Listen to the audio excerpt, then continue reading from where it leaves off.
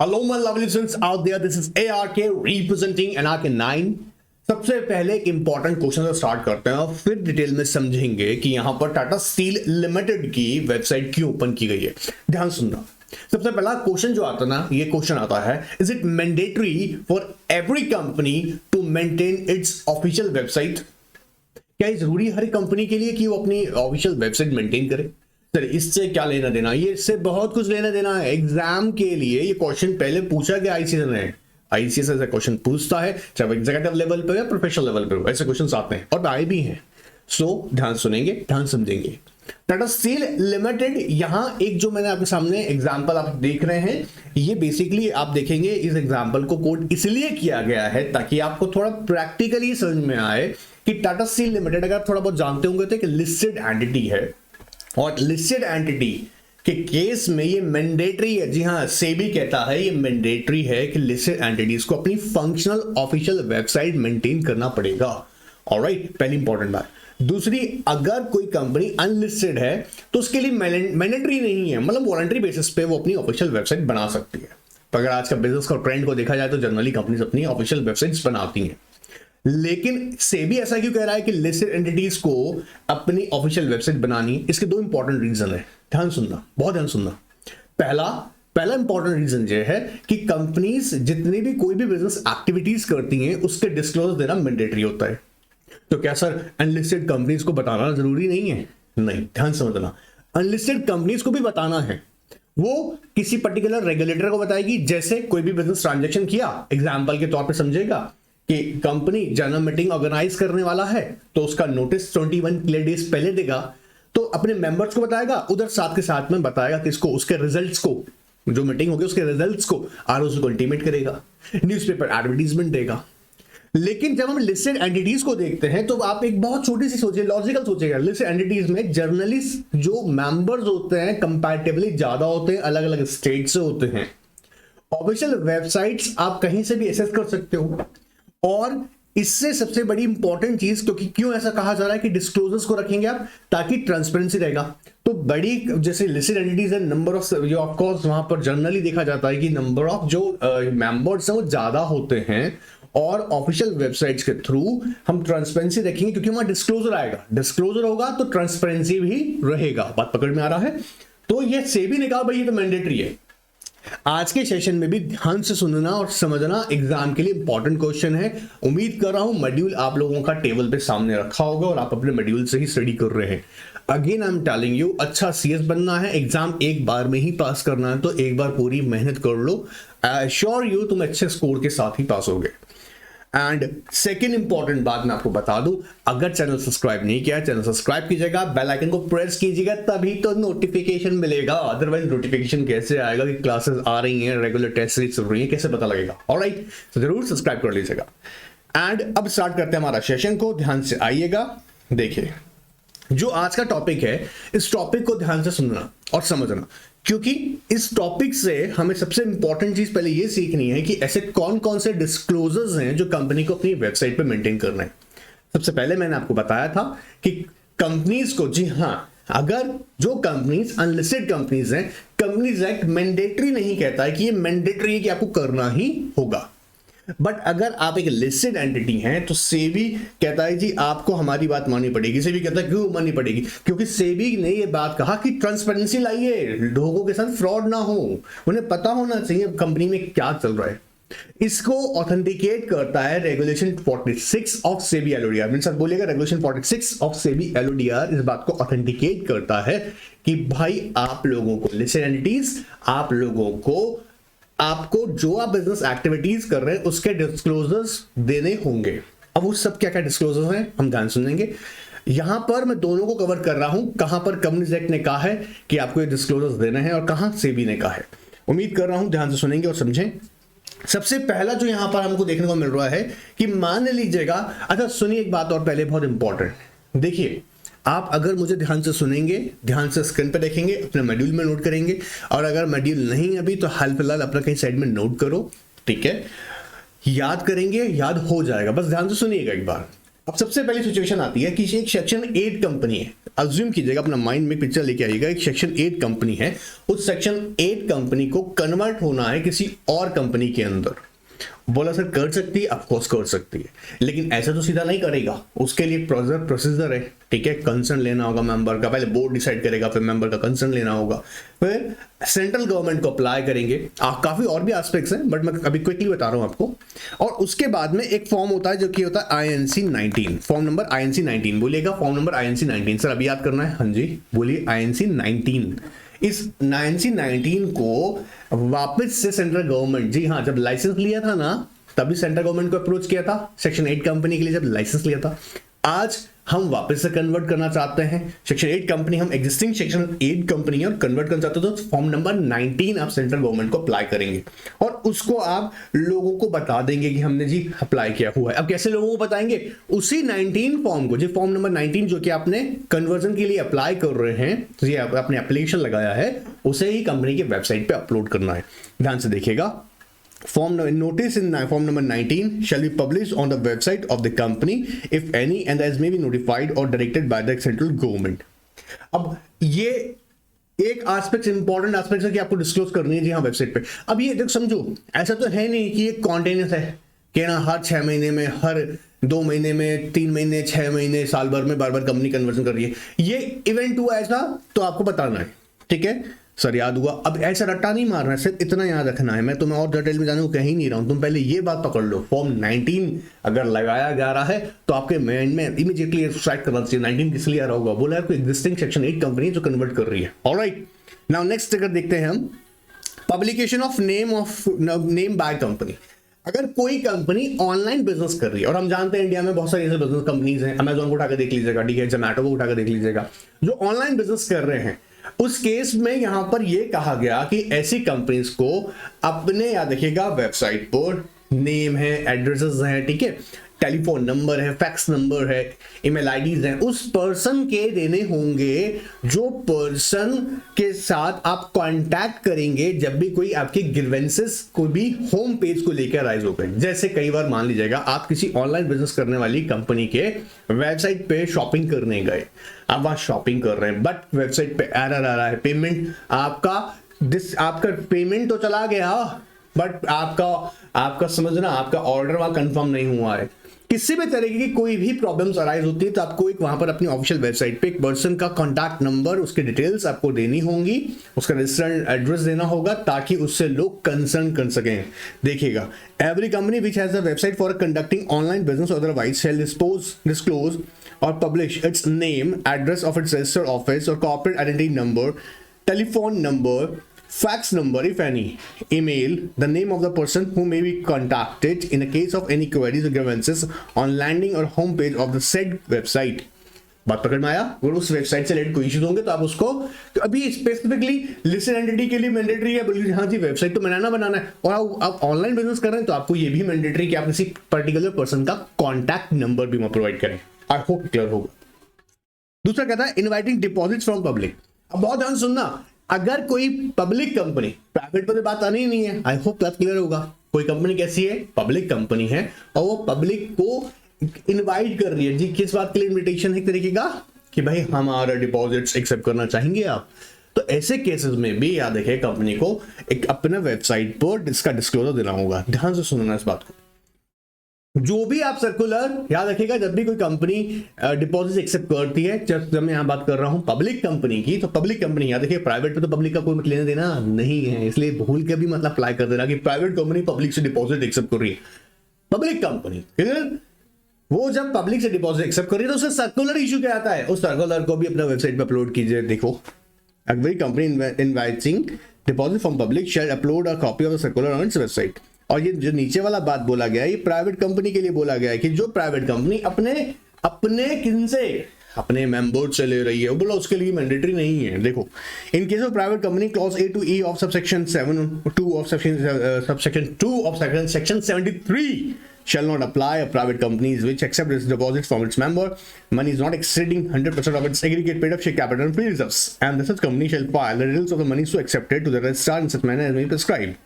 And the requirement, of course, जैसे अभी दिखाया था आपको, कि प्राइवेट कंपनी को सिर्फ रजिस्ट्रार को इंटीमेट करना है।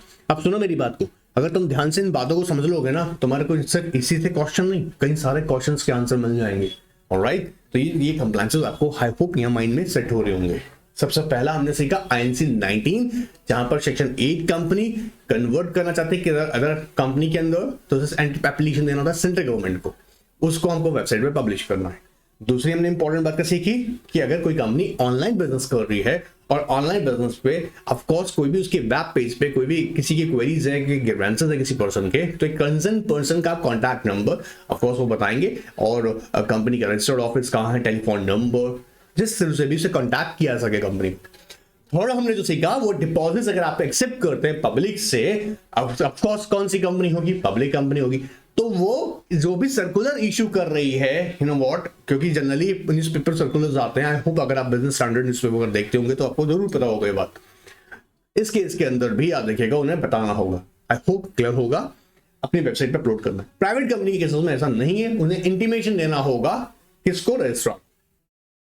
नेक्स्ट आता है closure of the member and registered debenture holder. अब जो हम जानते हैं ना, जो रजिस्टर मेंटेन करती है कंपनी किसके, मेंबर्स के, डिबेंचर होल्डर्स के, अदर सिक्योरिटी होल्डर्स के। जब भी कोई कंपनी कॉर्पोरेट एक्शंस लेती है, जनरली ऐसा होते देखा जाता है और होता भी यही है कि कंपनी 7 डेज बिफोर, जी हाँ, क्लोजर करने से पहले, क्यों ऐसा करता है, क्योंकि हमें वो कॉर्पोरेट बेनिफिट्स कैलकुलेट करने हैं। फॉर एग्जांपल, कंपनी मान लीजिएगा बोनस शेयर लेके आएगा, कंपनी शेयर लेके आएगा, कंपनी डिविडेंड डिक्लेयर करने वाला है, तो उससे पहले आप लोग जानते हैं ना 7 डेज पहले एक्चुअली सारी कैलकुलेशन स्टार्ट हो जाती है। अब कम से कम 7 दिन का वक्त कंपनी को भी चाहिए ना, तो company 7 days before the closure क्या करती है, इंटीमेशन देती है अपने सारे मेंबर्स को। अब वो तरीका क्या है मेंबर इंटीमेशन करने का, कि आप कंपनी के वेबसाइट पर इसको आप ऑफ कोर्स पब्लिश करें, और आपका कंसर्न स्टॉक एक्सचेंज है, क्योंकि लिस्टेड एंटिटी है तो आपका कंसर्न स्टॉक एक्सचेंज जो है उसको भी आप इंटीमेट करें। क्लियर है एकदम। अब देखो क्लोजर की हम बात करते हैं, closure of register of member, debenture holders और the security holder. Company shall publish notice at least 7 days prior to the closure of, as may be specified to SEBI, in case of a listed company or intends to get its security listed on the website। अगर listed या application लगा रखा है, एक तो listed का मतलब है लिस्टेड है, मतलब उसकी सिक्योरिटी लिस्टेड है, और उसने एक लिस्टिंग के लिए एप्लीकेशन लगाया कि वो लिस्टिंग प्रोसेस में है, लिस्टेड हुई नहीं है बट प्रोसेस में है, तो प्रोसेस में जो कंपनी है उसे भी 7 डेज पहले याद रखेगा इंटीमेट करना होगा। एज मे बी, अब कैसे किसको कहाँ करेगी, कंपनी का वेबसाइट पे, वही हम देर से सीख रहे हैं। ऑलराइट, चलिए, not applicable to private company if the notice has been served on the all members of the private company not less than 7 days prior to the closure of the register of course or of the members or debenture holder और the security holder। मतलब private company पे नहीं लगेगा अगर आप 7 days पहले notice भेज रहे हैं, आपको वेबसाइट वगैरह पे कुछ नहीं डालना है, ठीक है। ये प्रोविजन से ध्यान से रखेंगे। नोटिस ऑफ जनरल मीटिंग, जी हम जानते हैं 21 डेज का क्लियर नोटिस, 21 डेज का क्लियर डेज का नोटिस आता है, 21 क्लियर डेज का नोटिस आता है। उसके लिए कंपनी यहां पर यह कहा गया है कि जैसे ही आप नोटिस सर्व करेंगे अपने मेंबर्स को, साइमल्टेनियसली साथ के साथ क्या करना है आपको, कंपनी की वेबसाइट पर भी, जी हां, कंपनी की वेबसाइट पर भी उन्हें पब्लिश कर दीजिएगा। देखिए, notice of general meeting of the company shall be simultaneously placed on the website of company on the website as may be notified by the central government in case of private company section 101 shall apply unless otherwise specified in the section और articles. Of course section, अगर हम बात करें अगर private company के case में, section 101 कहता है कि अगर एक्ट मतलब जब तक कि सेक्शन या फिर आर्टिकल्स में ऐसा कोई प्रोविजन इंसर्ट ना किया जाए तब तक ये मैंडेटरी नहीं है उसको। क्लियर, एकदम बहुत सिंपल सा बात है यार ये तो। 101 अब ऑफ कोर्स ओपीसी पे कहाँ लगाएंगे यार, ओपीसी पे अप्लाई नहीं होगा। नेक्स्ट बात जो बोल रहा है ओपीसी पे लगेगा क्या, नहीं। पोस्टल बैलेट, अब देखो एक तरीका हमारा वोटिंग कराने का पोस्टल बैलेट भी होता है, हम जानते हैं चीजें, ई वोटिंग, और हम पोस्टल बैलेट को हमने आरटीडी वाला लेक्चर में डिस्कस भी किया था कि कहीं ना कहीं जो देखा जाए मैक्सिमम पार्टिसिपेशन करवाना है तो पोस्टल बैलेट। अब पोस्टल बैलेट आप देखिए, मैं घर बैठा हुआ हूं, आप अपने घर बैठे हुए हैं, और मेंबर अपने घर बैठे हुए हैं, उन मेंबर्स को घर पर पोस्टल बैलेट आना है ये पता कैसे चलेगा?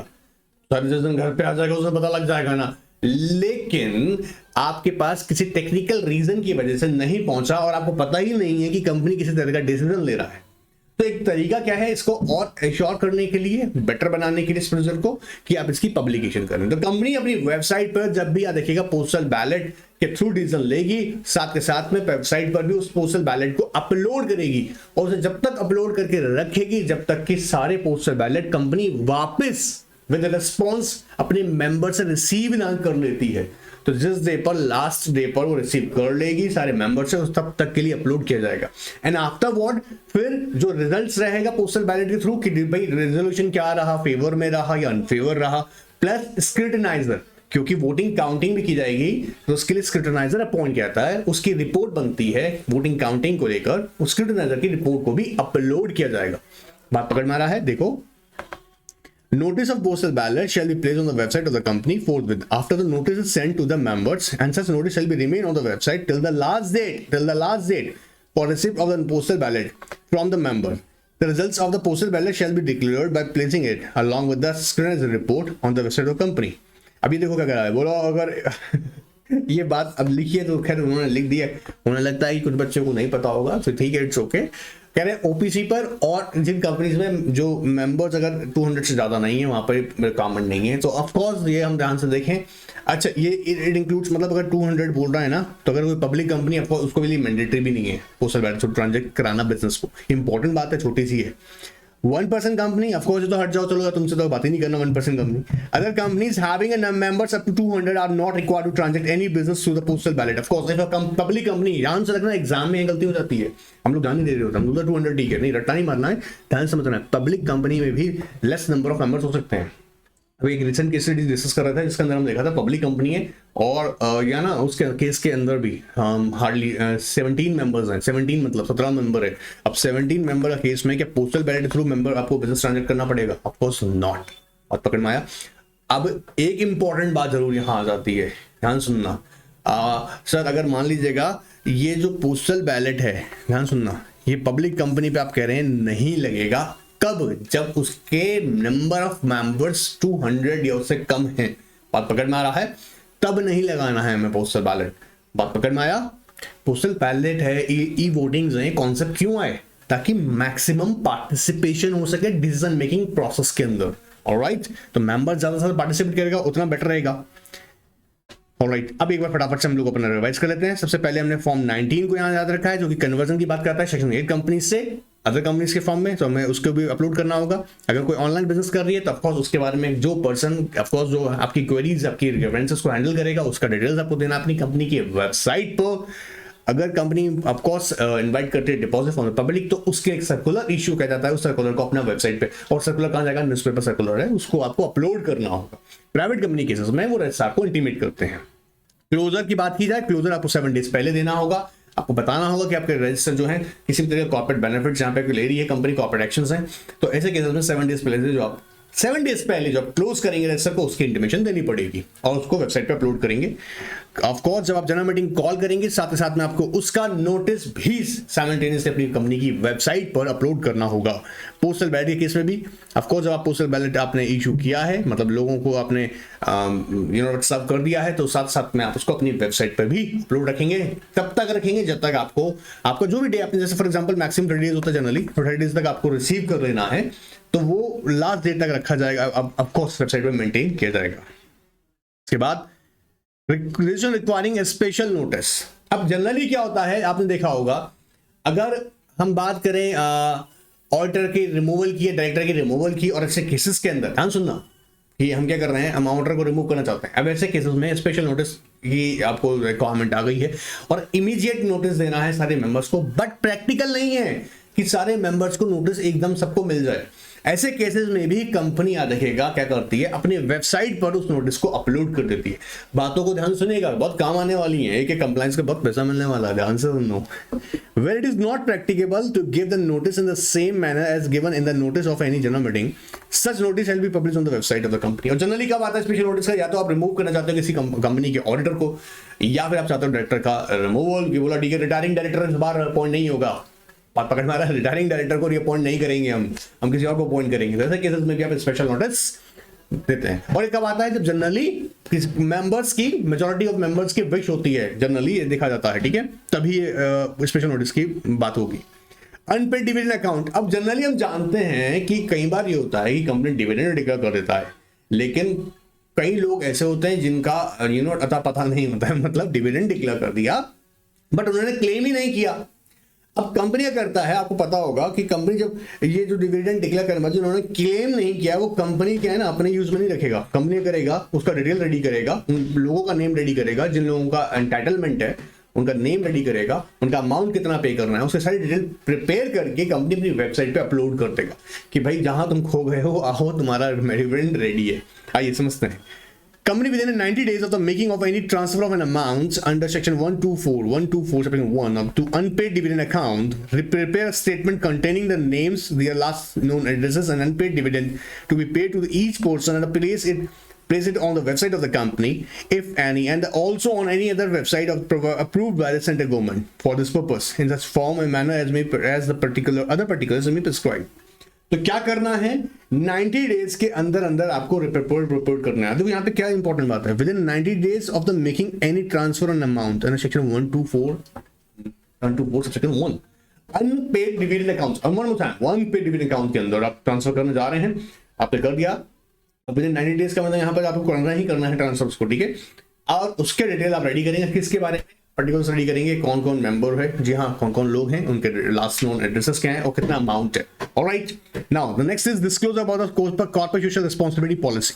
अब ये मैंडेटरी है कि कंपनी अपनी जो भी सीएसआर पॉलिसी है, ऑफ कोर्स कंपनी किस तरह के प्रोजेक्ट पे, जी हाँ कौन से प्रोजेक्ट पे काम कर रही है। फॉर एग्जांपल कंपनी कह रही है कि हम वुमेन एम्पावरमेंट के ऊपर काम करेंगे और कर रहे हैं, वो पॉलिसी उनकी है, कितना परसेंटेज कर रहे हैं, वो प्रोजेक्ट कितना ऑनगोइंग है, उससे रिलेटेड जो भी पॉलिसीज बनाई हुई है सीएसआर से रिलेटेड पॉलिसीज, उसकी आप जानते होंगे। एक तो बोर्ड रिपोर्ट के अंदर प्लस कंपनी को अपनी वेबसाइट पर, जी हाँ दो जगह उसका डिस्क्लोजर देना मैंडेटरी है।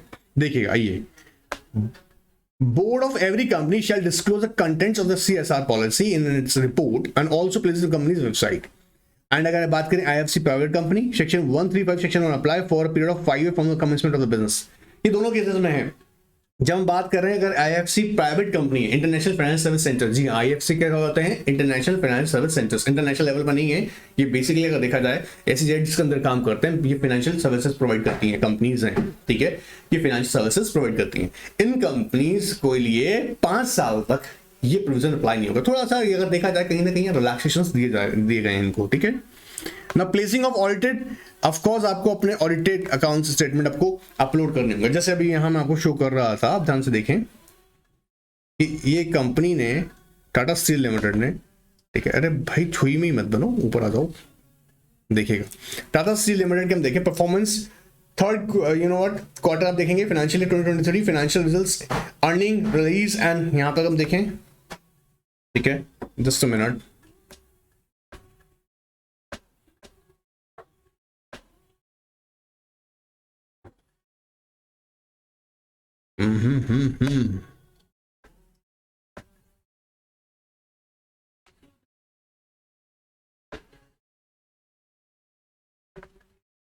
देखिएगा अब ये जो सामने आपके आ रहा है क्या है, stand alone statement of profit and loss for quarter 9 months ended on 31 December 2022।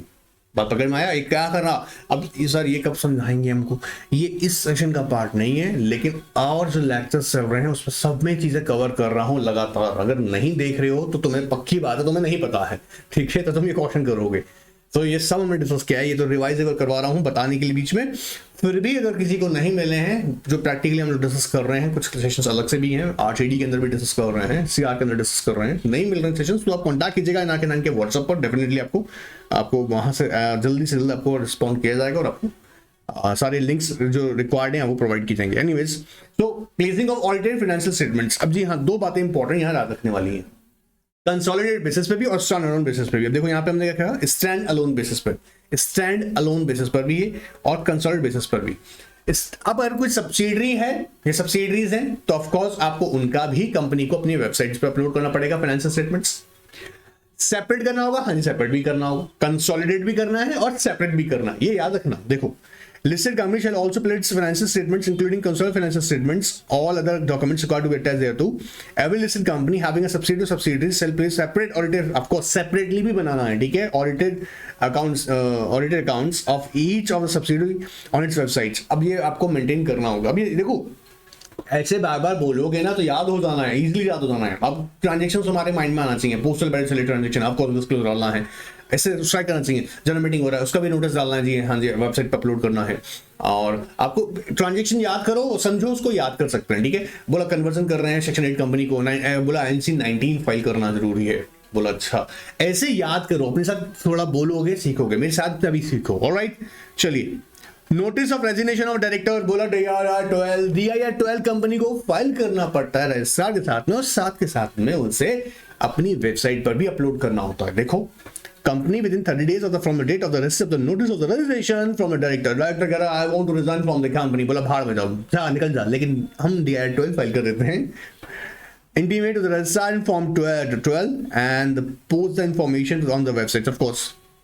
Advertisement of the notice of the meeting present to the exercise of course compromise और arrangement से related आप जानते होंगे फॉर्म CAA जब हम 2 file करते हैं, कब, जब यहाँ पर कंपनी कॉम्प्रोमाइज अरेंजमेंट्स में एंटर होती है, of course with the creditor या in the case certain time case with the members, ऐसे केस में भी इंटीमेशन को हम सर्कुलेट करते हैं। देखिएगा notice of meeting under section, क्योंकि इनकी कंसल्ट लेनी है, सेक्शन 230 सेक्शन 3 shall be placed on the website of the company if any in the form CAA2 at least 30 days before the date fixed for the meeting, and in case of a listed company also on the website of the web SEBI, of course अब बताना पड़ेगा, सेबी ने जो website बोला है वहां पे भी आप दिखाइएगा, प्लस आपके कंसर्न स्टॉक एक्सचेंज को भी। मतलब सर कॉम्प्रोमाइज और अरेंजमेंट के केसेस में कि वो उसको ऑफकोर्स बिना कंसर्न के कैसे हो जाएगी, तो मेंबर का कंसर्न लेना पड़ेगा, उसका मीटिंग करेंगे हम, क्या हम कॉम्प्रोमाइज अरेंजमेंट को लेकर कंपनी इनिशिएट करने वाली है, उस केस के अंदर आपको CAA फॉर्म जो सर्कुलेट करना होता है, जी हाँ न्यूज़पेपर के थ्रू, आपको साथ साथ में याद रखिएगा उसे अपनी कंपनी के वेबसाइट पे, अगर आप लिस्टेड कंपनी और कंसर्न स्टॉक एक्सचेंज को भी इंटीमेट करना है, और सेबी ने कोई स्पेसिफिक अगर वेबसाइट मेंशन करता है तो उसको भी आपको मेंटेन करना होगा। अब देखो यहाँ पर है ना कुछ आ रहा है, newspaper advertisements given by the public private company under the provision of companies act. यहाँ पर मैं बस 2 बात इंपॉर्टेंट बोल रहा हूँ, बाकी तो बात वही है। यहाँ कह रहा है application for grant of licence under section 8, अगर अब पहले मैं अगर देखा था सेक्शन 8 कंपनी थी तब वो कन्वर्ट होने गई तो उसने 19 लगाना पड़ा, फॉर्म नंबर 19। यहां पर अगर कोई कंपनी सेक्शन 8 कंपनी का लाइसेंस जिसको मिल रहा है, जी हाँ सेक्शन, फिर बता दूं सेक्शन 8 कंपनी का लाइसेंस लेना होगा, जी हाँ बिना उसके आप कर नहीं सकते, आप जानते होंगे। तो ऐसे केस के अंदर आपको फॉर्म नंबर INC 26 फाइल करना होता है, ये पब्लिश करना होता है कि कंपनी को, इस पर्टिकुलर कंपनी को, फॉर एग्जांपल रिलायंस फाउंडेशन है, इन्फोसिस फाउंडेशन है, टाटा फाउंडेशन है, तो इन्होंने जब लिया तो इन्होंने फॉर्म क्या करना होगा, अब तो खैर वो सेम और सेम फर्क आ गया, अब तो फॉर्म 26 पढ़ते हैं, तो जैसे आपको सेक्शन 8 कंपनी का लाइसेंस ग्रांट हो गया तो उसका इंटीमेशन करना होगा आपको ऑफकोर्स फॉर्म नंबर 26 में, ये यहाँ पर बात बताया गया है, और उसको सर्कुलेट करना होता है। अब न्यूज़, क्योंकि हम लोग यहाँ पढ़ के आ रहे हैं, ध्यान से देखो न्यूज़पेपर एडवर्टीजमेंट्स क्या पढ़ रहे हैं यहाँ पे, देखो न्यूज़पेपर एडवर्टीजमेंट्स, तो न्यूज़पेपर में बताना उसका फॉर्मेट जो फॉर्मेट है grant of licence under section 8 for section 8 company, उसका फॉर्मेट INC 26 के अंदर है, याद रखिएगा। अब यहां पर दूसरी इंपॉर्टेंट बात सुनना, फिर प्राइवेट कंपनी के लिए, अगर प्राइवेट कंपनी वन स्टेट से किसी और स्टेट में या यूनियन टेरिटरी चेंज कर लेती है, ये याद रखिएगा, यहां पर काट दीजिएगा, ICSI के मॉड्यूल में थोड़ी प्रिंटिंग एरर हो गया है, तो यहां अगर करती है अगेन INC यहां लिख लीजिएगा 26 की इंटीमेशन देनी पड़ती है। ये भी हम न्यूज़पेपर में ही बताते हैं। अब न्यूज़पेपर में कहां बताएंगे, ऑफ कोर्स जहां पर आपका रजिस्टर्ड ऑफिस सिचुएटेड है, जिस डिस्ट्रिक्ट में आपका रजिस्टर्ड ऑफिस सिचुएटेड है वहां पर आपको उसकी वर्नाकुलर लैंग्वेज में, जो कि उसका वर्नाकुलर न्यूज़पेपर होगा, और एक इंग्लिश न्यूज़पेपर में, जी हाँ ये दोनों काम आपको करने होंगे जब आप सेक्शन 8 कंपनी का लाइसेंस ग्रांट हुआ है आपको तब भी, और अगर आप चेंज कर रहे हैं अपने रजिस्टर्ड ऑफिस को from one state to other, या यूनियन टेरिटरी के अगर आप अलग जाते हैं, अलग यूनियन टेरिटरी में जाते हैं तो।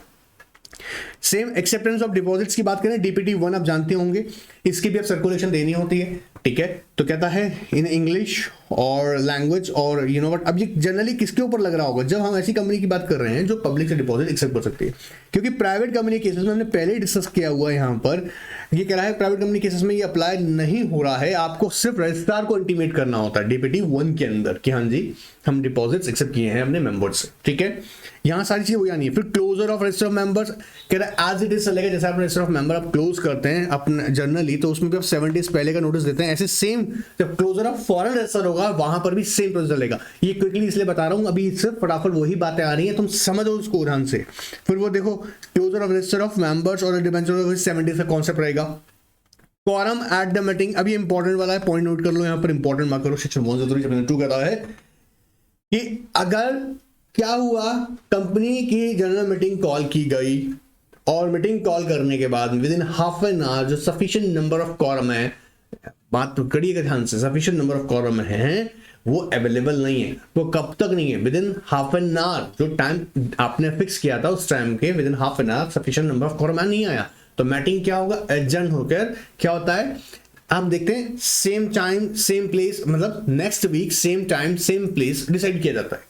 और कोई अदर अगर आपने टाइम डेट या प्लेस डिसाइड कर रहे हैं तो ऐसे केसेस में एटलीस्ट 3 डेज पहले आपको अपने मेंबर्स को इंटीमेट करना होता है, साथ के साथ में इसको पब्लिश करना होता है न्यूज़पेपर के अंदर।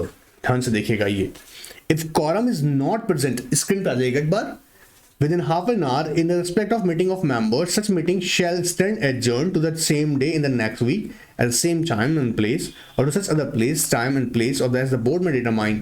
अब अगर कहीं और डिसाइड किया है by giving not less than 3 days notice to the members either individually or by publishing and advertisements। या फिर आप इंग्लिश और वर्नाकुलर लैंग्वेज में आप एक उसके डिस्ट्रिक्ट जहां पर रजिस्टर्ड ऑफिस सिचुएटेड है वहां पर आप उसको सर्कुलेट कर देंगे एडवर्टीजमेंट में। ये याद रखिएगा, इंपॉर्टेंट बात है, ठीक है। अब आगे देखो इंपॉर्टेंट कहता है private company section 103 shall unless apply. अब ये कह रहे हैं प्राइवेट कंपनी केस में ऐसा होगा, बोलता है अगर आर्टिकल्स में बताया गया है कि हाँ अगर एडजर्न किया गया मीटिंग और उसके बाद में कोई और प्लेस डिसाइड किया जा रहा है तो ऑफकोर्स आप इस सेक्शन को, जी हाँ सेक्शन 103 सेक्शन 2 को अप्लाई कर देंगे। या सेक्शन रेफरेंस मांगता है इस बात की, एक्शन कहता है कि हाँ जी आपको ऐसा करना होगा। या कंपनी के, प्राइवेट कंपनी के, वापस बोल रहा हूं, प्राइवेट कंपनी के आर्टिकल में लिखा हुआ है कि इंटीमेशन दी जाए, बात पकड़ में आ रहा है थ्रू न्यूज़पेपर, तो फिर वो करना होगा। क्लियर एकदम? Alright sir. Voting through electronic means, अब ये बात भी सिंपल सा है कि अगर आप वोटिंग थ्रू इलेक्ट्रॉनिक से पोस्टल बैलेट में कर रहे थे ना कि आपको जैसे आपने बता रहे हैं इंटीमेट करना है, सेम यहाँ पर भी आपको इंटीमेट करना हो शेयरहोल्डर्स को कि कैसे करेंगे, अपना ऑफ कोर्स न्यूज़पेपर एडवर्टीजमेंट के through. A company shall cause a public notice by way of advertisement to the publish immediately completion of dispatch of notice for a meeting of the, of course जो भी हम यहाँ करने वाले हैं, at least 21 days before the date of meeting। अब इससे क्या होता है ना, आप देखना जब जो मेंबर लोग, देखो जब आप जैसे देखो समझो जनरल मीटिंग में आप पार्टिसिपेट नहीं कर रहे होगे, नोटिस तो आपके पास आ रहा है, ठीक है, आ जाएगा, आपको मिलेगा भी, आप चाहें तो पार्टिसिपेट कर सकते हैं, लेकिन कंपनी ने साथ साथ में आपको इलेक्ट्रॉनिक वोटिंग की फैसिलिटी भी प्रोवाइड कर रहा है। तो ऐसे केसेस में याद रखिएगा कंपनी की ड्यूटी बनती है कंपनी इस बात को पब्लिश करे, जी हाँ जनरल मीटिंग का नोटिस जैसे डिस्पैच किया हुआ है, साथ ही साथ में उसके साथ साथ ये भी इंटीमेट करे कि कंपनी ई वोटिंग फैसिलिटी दे रही है, so member can participate in the meeting as a person और through they can exercise their vote through e voting. तो ई वोटिंग का प्रोसेस क्या रहेगा उसके लिए भी कंपनी यहाँ पे इंटीमेट करता है थ्रू द न्यूज़पेपर एडवर्टीजमेंट्स, याद रखिएगा बात। सेम हमने वही देखा था पोस्टल बैलेट वाले केस में भी, यहाँ पर न्यूज़पेपर एडवर्टीजमेंट का मतलब पोस्टल बैलेट अगर दे दिया है तो यहाँ पर साथ ही साथ में आपको, अब देखो यहाँ पे याद क्या करना है, हम अभी तक वेबसाइट के पर्सपेक्टिव देख रहे थे, अब हम जब पोस्टल बैलेट ट्रांजेक्शन जो बता रहा हूँ ये सब न्यूज़पेपर एडवर्टीजमेंट में होंगे। मजाक की बात नहीं है, बहुत कॉस्ट आता है इनमें सब खर्चों में। Alright, same resolution requiring special notice, वो सब आपको न्यूज़पेपर एडवर्टीजमेंट्स में डालना है। सर कंपनी को खर्चा नहीं पड़ जाता है कि सर देखो यहाँ पे कॉम्प्रोमाइज में फॉर्म वही वापस अगेन आ गया। See we need to understand one thing very carefully, जैसा हमने कहा भी कि आप कॉस्ट को बचाने के लिए ही हमने ई वोटिंग प्रोसेस भी लेकर आए। अब देखो पोस्टल बैलेट में एडमिनिस्ट्रेटिव कॉस्ट बहुत आती है, बट अगर ध्यान से देखा जाए ई वोटिंग में वही कॉस्ट बहुत कम हो गया, ठीक है। एंड इसके अलावा अगर हम देखें तो यहाँ जितने ट्रांजेक्शन जैसे मैंने कहा वेबसाइट बेस्ड है और कुछ न्यूज़पेपर बेस्ड है। अब इसमें इन्होंने जो मोस्ट इंपॉर्टेंट है, कहीं तो ऐसे जो यहाँ पे कवर नहीं किए आपके अभी एकेडमिक सिलेबस में कवर नहीं किए गए हैं, लेकिन कुछ और भी हैं जो कवर किए जा सकते हैं, बट एनीवेज तो यहाँ जो हमने यहाँ जो कवर किए हैं बात पकड़ना, ये वो ट्रांजैक्शन है जो कंपनी के फाइनेंशियल एस्पेक्ट्स को कवर करते हैं। वैसे तो देखा जाए दोनों ही कर रहे हैं, फाइनेंशियल नॉन फाइनेंशियल एस्पेक्ट को कवर कर रहे हैं, लेकिन कंपनीज में ट्रांसपेरेंसी के लिए मैंडेटरी है। अब तुम ध्यान से देखना प्राइवेट कंपनी को कितनी फ्लेक्सिबिलिटी दी हुई है, बोला ठीक है आर्टिकल में चाहे तो वो इंसर्ट कर सकते प्रोविजन कि बोला ठीक है कंपनी पोस्टल बैलेट के थ्रू डिसीजन लिए हैं या किसी भी ट्रांजेक्शन को। जैसे यहाँ पर देखो अगर हम एक एग्जाम्पल अगर लेते हैं, इसी केस में आपको बता रहे थे अभी quorum ऑफ जनरल मीटिंग। अब कंपनी को लगता है प्राइवेट कंपनी केस में, बाकी केस में नहीं कह रहे हैं, पब्लिक कंपनी केस में नहीं है, प्राइवेट कंपनी केस में लगता है तो आप अपने आर्टिकल में प्रोवाइड कर सकते हो, डिपेंड्स ऑन दैट है ना, कॉस्ट बढ़ेगा, कंपनी में लगता है कि नहीं यार हमको जरूरत नहीं है, तो मेंबर्स की कंसेंट से चाहें तो वो आर्टिकल को साइलेंट रख सकते हैं, चाहें तो आर्टिकल में क्लॉज प्रोवाइड कर सकते हैं। बात पकड़ में आ रहा है? तो कॉस्ट ऑफ कोर्स, लेकिन ट्रांसपेरेंसी भी चाहिए, क्योंकि ऐसा नहीं होना चाहिए कि कॉस्ट सेविंग के चक्कर में आप फ्रॉड में फंस जाएं, आपको साथ में करप्ट प्रैक्टिसेस की जा रही हो। ऑलराइट, एनीवेज अब देखिएगा, ये चैप्टर के मैंने अभी 2 इंपॉर्टेंट क्वेश्चंस आपको करवाए हैं, मैं आपको बता दूं। इसके अलावा कुछ बच्चों की क्वेरी ये होगी कि सर इसमें ऊपर भी कंप्लायंसेस हैं जो लिस्टेड एंटिटीज के लिए हैं, ठीक है, फाइनेंशियल एस्पेक्ट्स को लेके, नॉन फाइनेंशियल ट्रांजैक्शन को लेके इंटीमेशन देना होता है, इक्विटीज को लेके है, आपको अगर नॉन कन्वर्टेबल डेट सिक्योरिटीज अगर इशू की हुई है तो है, सिक्योरिटी डेट इंस्ट्रूमेंट्स इशू किए हुए सर, तो उनको कौन बताएगा। Already general of course governance classes में डिटेल में डिस्कस किया हुआ है, नहीं अगर वो क्लास जिसके पास पहले नहीं देखा, कि गवर्नेंस के लेक्चर्स साथ चल रहे हैं, किसी को नहीं मिला है और या अभी तक यहाँ फर्स्ट नया ही कोई हमें देख रहा है, तो ऑफकोर्स अनाकन के पे आप रिक्वेस्ट भेजिएगा, मैं आपको वहां से उन क्लास का लिंक प्रोवाइड कर दूंगा, मतलब ये सारी कंप्लायंसेस का। ऑलराइट, बट यहाँ मैंने अभी जो वो कवर किए जो हमने पहले नहीं किए थे। सो ध्यान रखिएगा, दोनों ही इंपॉर्टेंट क्वेश्चन बहुत इंपॉर्टेंट है, छोड़ के ना जाइएगा। ऑलराइट, एंड और इंपॉर्टेंट बात एक और याद रखिएगा, अब लगातार याद रखिएगा, जैसे आप जानते हैं टेस्ट सीरीज चल रही है, टेस्ट सीरीज एक भी स्किप नहीं करना है, कंटिन्यू अटेंड करना है। देखो एक रियलिटी है, सीएस बन जाएंगे तो आपके लाइफ में एक डिग्निटी फील होगा। ऐसा नहीं है कि सीएस बन के डिग्निटी आती है, बट आपको खुद को एक अच्छा फील होगा कि यार आप एक प्रोफेशनल है, आपको मेहनत तो करना होगा, शॉर्टकट सच में कुछ नहीं है। अगर आप 6-6 महीने की छोटी छोटी तैयारी कर करके 2, 3, 4, 5 साल तक अगर सिलेबस खींचना चाहते हैं, तो सच्चा ये है कि एक बार जम के मेहनत कीजिए और एक बार में इसे पास करिए और आइए कॉर्पोरेट की लाइफ को एंजॉय कीजिएगा। Anyways, goodbye, take care and get ready for next lecture.